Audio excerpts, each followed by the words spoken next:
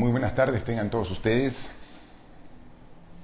Nos reunimos virtualmente, como lo hacemos todas las semanas, hoy día miércoles 25 de enero del año 2023, a la 1:01 de la tarde. En un mes que inicia el año de manera muy compleja, un mes movido, un mes que está llevando preocupación a todos los hogares, a todas las familias, a todos los ciudadanos del país. Los problemas que comenzaron después del intento de golpe de Estado del presidente Castillo el 7 de diciembre del año pasado, hace poco más de un mes y medio, 20 días, están ahora afectando a todos los peruanos, hombres y mujeres del país. Empezó con algunos reclamos, si ustedes recuerdan, en el sur del Perú, en Andahuaylas, en la región Apurímac. Después fueron de mayor gravedad en Ayacucho, en Puno, y luego en las regiones del Perú, ahora en Lima y en diversas regiones del norte, centro y de todas las regiones del país. Y contra lo estimado por el gobierno, los ánimos no se van apaciguando, las cosas no se van calmando, sino por el contrario, día a día, el caos, la incertidumbre va en aumento. Y va en aumento generando más pobreza en los más vulnerables del país. Afecta la producción, afecta todos los sectores de la economía. El ministro de Economía y Finanzas del gobierno de Dina Boluarte estima las pérdidas en 2.150 millones de soles. Y no solo ello, sino estima que precisamente por los bloqueos, la falta de llegada de los productos, alimentos, en fin, todos los productos al destino de uso, de compra, está generando que la inflación de este mes de enero sea mayor de la que se había estimado. Calculan que en enero los precios subirán 10% respecto a diciembre. Sin embargo, usted, señora, señor, que hace las compras en su casa, se puede dar cuenta que muchos productos ya han subido más del 10%. Hay productos que han subido 15, 20, 30, 50%. Cuando uno va al mercado a hacer las compras para la casa y los compara con los del mes pasado. Pero ya 10% en un mes es un incremento de precios de cuidado. Pero claro, uno puede decir la inflación es un tema económico, vago. No, la inflación se siente en los bolsillos. Y se siente porque hay ciudades que viven del turismo. Y el turismo no es otra cosa que vaya personas del Perú y del extranjero a visitar una ciudad. Como en Cusco, para visitar Cusco, que es una ciudad tan bella, o Machu Picchu, o Sacsayhuamán. Pero en esa visita se tiene que alojar en un hotel, tiene que almorzar en un restaurante, tiene que ir y comprar artesanías. Todo eso significa consumo. Y entonces los que trabajan en restaurantes, los que trabajan en los automóviles, en los taxis, en los buses, en el tren, en el hotel, los que hacen la artesanía, ese recuerdo que llevan todo eso es fuentes de trabajo que ahora están paradas. Pero claro, lo más saltante es Cusco, porque es nuestro principal destino turístico. Pero no solamente afecta a Cusco. Puno tiene gran cantidad de turistas.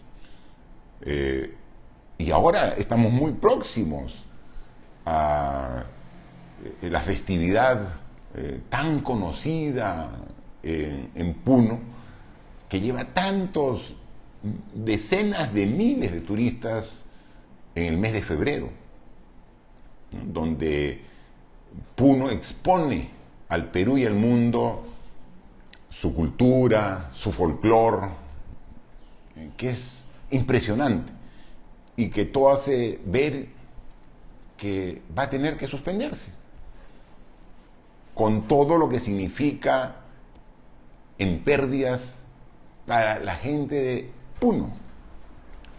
Entonces, cuando Puno reclama y protesta, no lo hace solamente como una medida para que afecte al gobierno.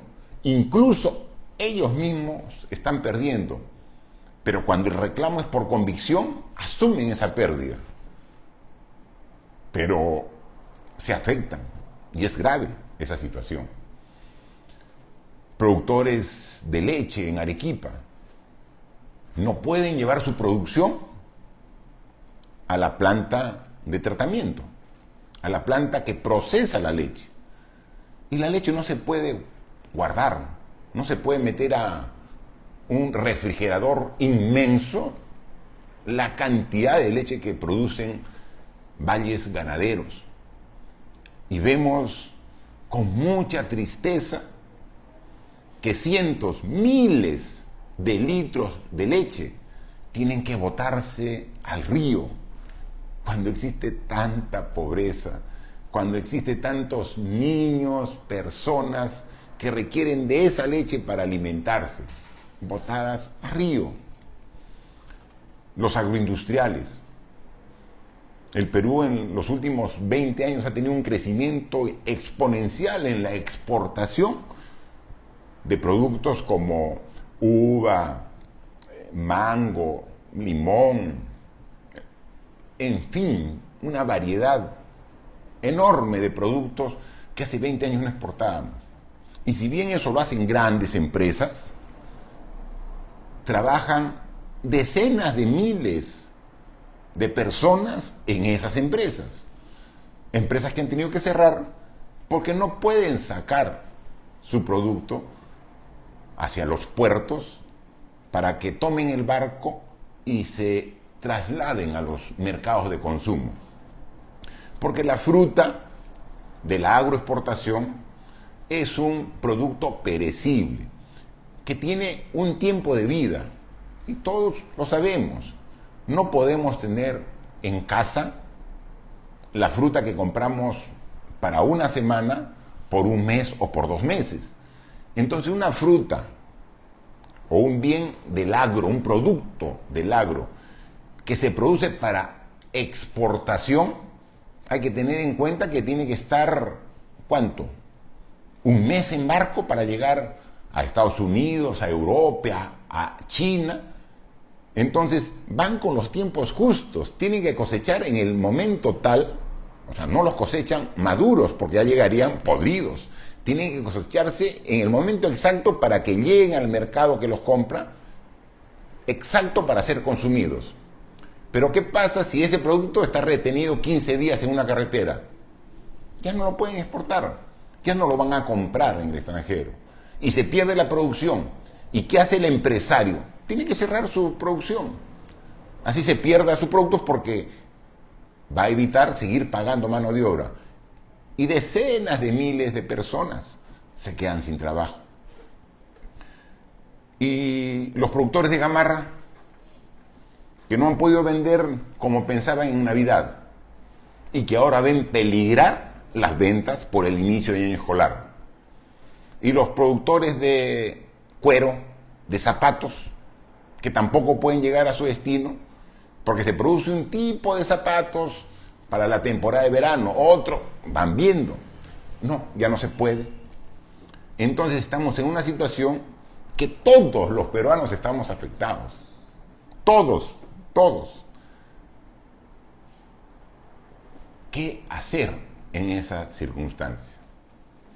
el 7 de diciembre, se inicia todo este problema, y hay que decirlo claramente, porque si algo nos caracteriza es que decimos las cosas como son, no con cálculos políticos pensando qué nos puede generar mayor respaldo en la población. Y lo decimos, y seguramente alguien coincide con nosotros y nos respalda. Y seguramente alguien discrepa con lo que decimos y nos critica. Pero lo aceptamos porque somos demócratas. Y la democracia consiste en dar tus opiniones de manera responsable, de manera respetuosa, y sumar las opiniones que coincidan en un mismo objetivo. Y si discrepas con alguien, respetar la discrepancia. Eso es la democracia. Y hay que decir la opinión que uno tiene, más aún cuando las épocas son difíciles, porque es fácil sumarse a un vehículo cuando está todo bien. Y qué fácil dar una opinión donde todos coinciden. El Perú ganó su partido de fútbol. Todo el mundo, felicitación, buena Perú, buena. Ahí sí escuchas a los líderes políticos respaldando al Perú, soy peruano 100%, mi corazón es blanco y rojo. Es fácil sumarse a una opinión generalizada. Lo difícil es dar tu opinión cuando incluso puedas tener gente que no esté de acuerdo contigo. Y eso lo hacemos nosotros. ¿Lo hacen nosotros líderes políticos? No lo hacen. ¿Sabemos lo que piensa de esta situación que estamos atravesando, por ejemplo, Keiko Fujimori? ¿Sabemos? ¿Qué opina? ¿Cuál es la solución que da el fujimorismo a esta situación? No. Callada en 1000 idiomas. ¿Qué dice César Acuña, líder de APP? Dice una cosa, su partido dice otra cosa, sus congresistas otra. ¿Qué dice López Aliaga y Renovación Popular? ¿Qué dice las izquierdas? Esas que se contradicen, esas que votaron para vacarlo a Castillo el 7 de diciembre. Y ahora, ese mismo congresista que votó por su vacancia, ahora dice que está mal la vacancia. Es decir, lo que opinaba hace un mes es diferente a lo que opina ahora. Y entonces tenemos un país donde los líderes políticos no sientan posición y dejan a la deriva al país. Y tenemos otros casos de líderes políticos que se convierten en autoridad, que cambian su posición. Y el ejemplo más claro de eso es de Dina Boluarte, quien ejerce actualmente la presidencia del Perú. ¿La recuerdan cuando hablaba en Juliaca? ¿O cuando dio un discurso en Davos, en Europa, donde estaban reunidos los países más poderosos del mundo? Qué diferente los discursos de Dina Boluarte de hace 3, 4, 5 meses a lo que ha dicho, por ejemplo, ayer en conferencia de prensa. ¿Cómo puede cambiar una persona de así? Así, completamente, ¿eh? O sea, no es que todo el mundo puede cambiar su opinión dentro de una misma lógica. Pero cambiar una posición, yo pienso así, y luego pienso así, es decir, yo soy de extrema izquierda. Yo quiero una nueva constitución, yo quiero cobrar a las grandes empresas, yo quiero hacer una revolución social. Y ahora me paso a la extrema derecha, que los que reclaman son financiados por el terrorismo, por la minería ilegal, que yo reprimo, que voy a controlar el orden, que me meto con tanquetas o tanqueta a la Universidad Nacional Mayor de San Marcos, que mando 500 miembros de las Fuerzas Armadas, soldados, a Puno. Entonces, ¿es la misma persona? ¿O solamente ella ya no tiene voluntad, ya no dice lo que piensa, sino solamente es una figura que representa el sentir de una corriente política que está manejando el gobierno. Yo les pregunto a ustedes, ¿quién cree que toma las decisiones en Palacio de Gobierno? ¿Boluarte? ¿La presidenta? ¿O las toma Otárola, el primer ministro? Claramente está visto que quien toma las decisiones es Otárola. Y cada cierto tiempo sale para dar la cara. A esta situación hemos llegado. Ya les he dicho y he explicado las enormes consecuencias económicas y sociales que están sufriendo los peruanos. Y no escuchamos la opinión de los líderes políticos, de los partidos políticos. Perú Primero, en mi representación como presidente del partido, tiene siempre la opinión clara y directa. Y lo dijimos hace un año. Hace un año, en enero, febrero del año 2022, que se deberían adelantar las elecciones.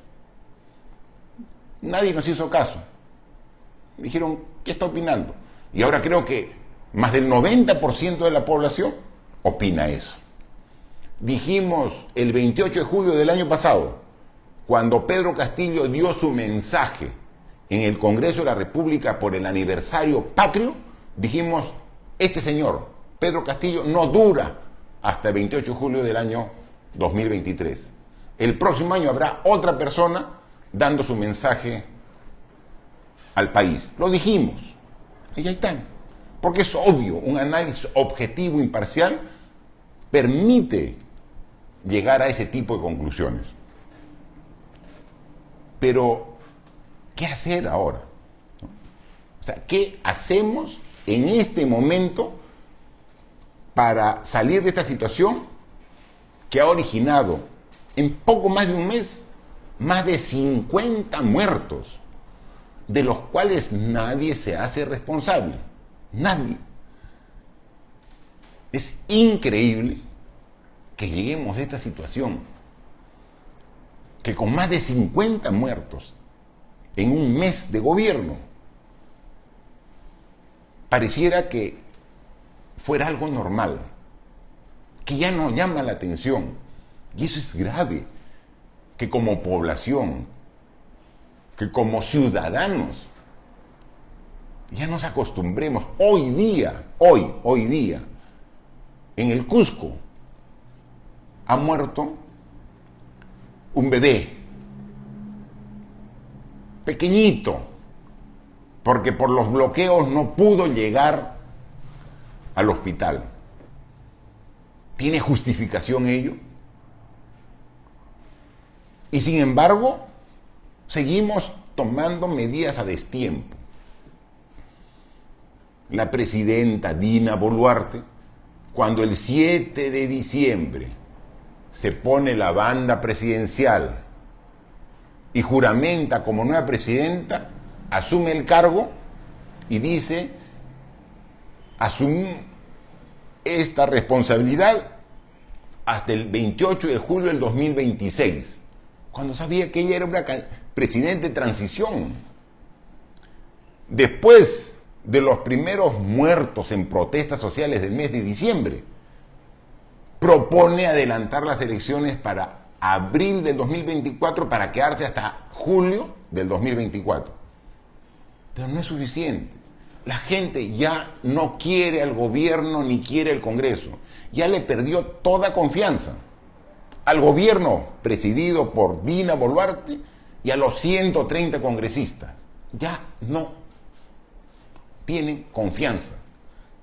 Tienen que irse a su casa en el más corto tiempo posible, en el más corto plazo posible. Tienen que irse a su casa. No hay otra alternativa. Por favor, sí, les pido, por favor, no permitan que nuestro país se siga desangrando. Si yo era de los que pensaba ilusamente que la presidenta Dina Boluarte podía quedarse hasta, no hasta el 2026, nunca lo he pensado, sino hasta el adelanto de las elecciones. Pensando ilusamente, así, quizás de manera inocente, que el Congreso iba a adelantar las elecciones. Pero después de todos los acontecimientos, si de algo estoy convencido, y sí, se los digo directamente, si de algo estoy convencido, es que el actual Congreso no va a adelantar las elecciones. No las va a adelantar. Aprobó en una primera votación en diciembre con 93 votos el adelanto de elecciones para abril del 2024. Pero tengo la plena seguridad que no va a haber una segunda votación que supere los 87 votos. Porque ya lo han dicho. El congresista Montoya, sí, el ex marino, el ex almirante, dice que no, que él no tiene por qué irse, que lo han elegido hasta el 2026 y él se queda hasta el 2026 y que su grupo de Renovación Popular se va a quedar hasta julio del 2026. Entonces ya quitemos a todos ellos. No van a aprobar el adelanto de elecciones. La izquierda dice que votaría a favor del adelanto de las elecciones siempre y cuando vaya con una consulta de una constituyente. Si no, no votarían. Quita los votos de la izquierda. Y entonces quedan los otros que divagan, que no llegan a 87 votos. Entonces nos están haciendo los tontos los del Congreso. Lo repito, el Congreso está haciendo los tontos a todos los peruanos. Quiere nuevamente engañarnos y no va a aprobar las elecciones adelantadas, no lo va a aprobar. Está absolutamente claro. El Congreso ahorita está empeñado en hacer unas modificaciones constitucionales para beneficiarse. Hoy día están analizando el cambio de la estructura del Jurado Nacional de Elecciones. Por favor, no se metan con el Jurado Nacional de Elecciones, porque dicen que este jurado le dio el triunfo a Pedro Castillo. No, quien dio el triunfo a Pedro Castillo fue la población del Perú. Equivocado o no, le dio el triunfo al Perú y eso hay que reconocerlo.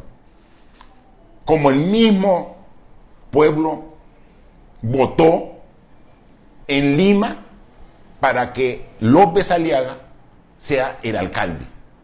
Y el Jurado Nacional, así como llevó las elecciones en las cuales Pedro Castillo sale presidente de la República, el mismo jurado llevó a cabo las elecciones para que López Aliaga sea el alcalde de Lima. Ahí sí estuvo bien el Jurado Nacional de Elecciones, cuando dio y llevó a cabo esas votaciones, esas elecciones. Entonces, tenemos a un Congreso que no le interesa adelantar las elecciones, que solo le interesa modificar la Constitución en su beneficio. Tenemos un Congreso que quiere tomar el Jurado Nacional de Elecciones para luego manipularlo a su conveniencia. Y eso no podemos permitir los peruanos. ¿Es necesario cambios constitucionales para mejorar el sistema político del Perú? Sí, sí es necesario que haya cambios. Pero este Congreso ya no los puede hacer. No tiene la legitimidad.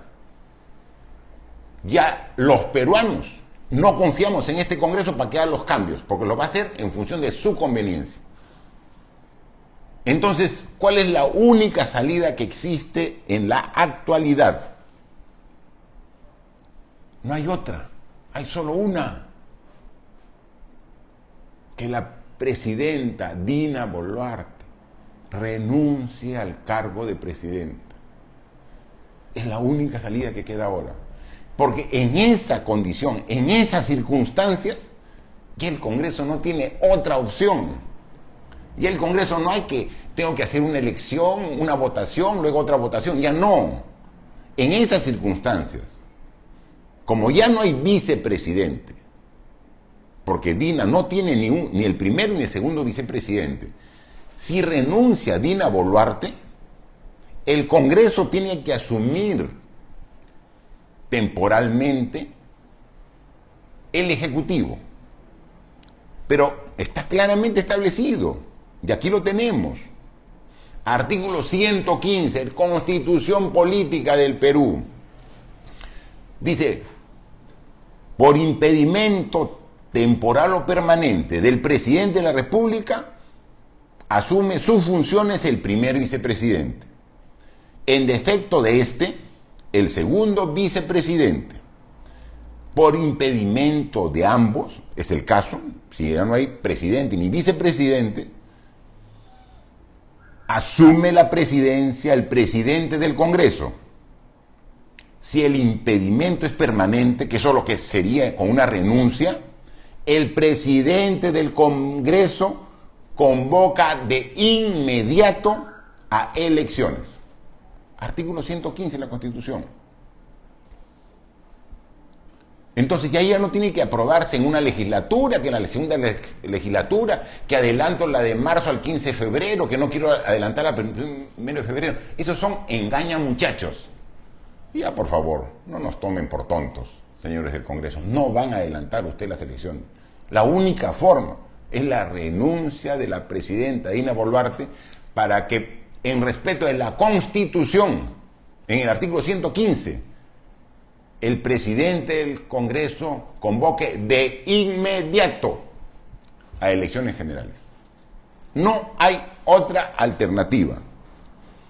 Así que dejémonos de estar dando manotazos de ahogado. Hoy día, Otárola, que es realmente quien maneja el gobierno, ha ido al Congreso de la República llevando un nuevo proyecto de ley para decir, ya pues, hago otra rebajita.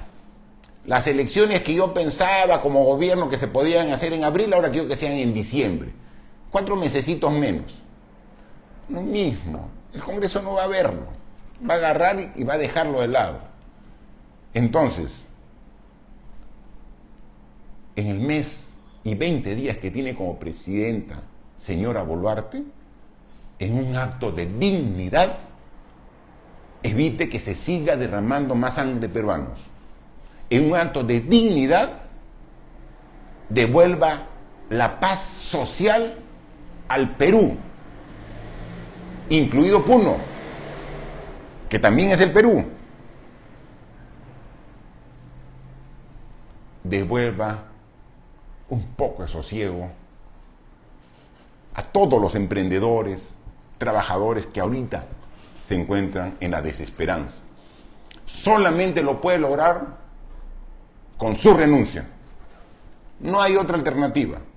El Congreso no va a adelantar las elecciones, se los digo ahora claramente. Nos va a mantener en una situación permanente de expectativa y al final no lo va a hacer. Y el pueblo peruano va a seguir sufriendo. Va a seguir teniendo carencias para lo más elemental como la alimentación, Ni qué hablar del riesgo que está corriendo en la educación del Perú. En 2 meses comienzan los colegios. En este caos vamos a tener las condiciones de una buena educación.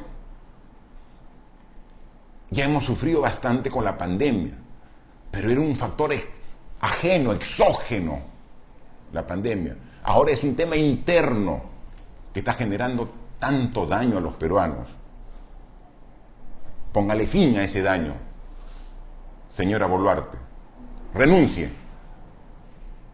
Ese es el acto de dignidad que le reclamamos, que le exigimos los 33 millones peruanos.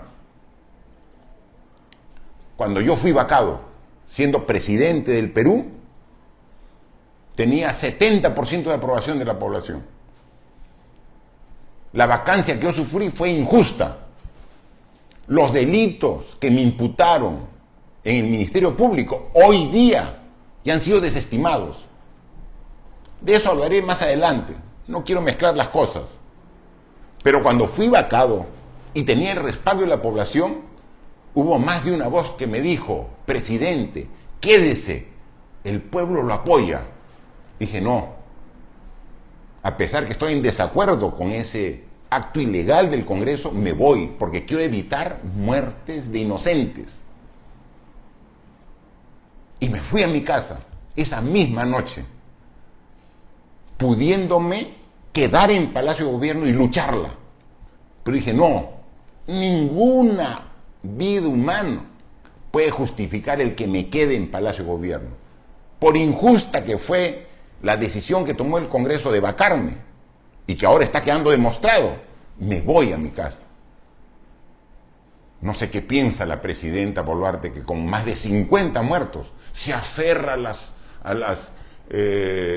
a Palacio, a las rejas de Palacio para no salir. Por favor, hágalo por los peruanos, hágalo por su familia, hágalo por usted, señora Boluarte. Renuncie. Y ahí demostraría que tiene aún un poquito de dignidad. Muchas gracias.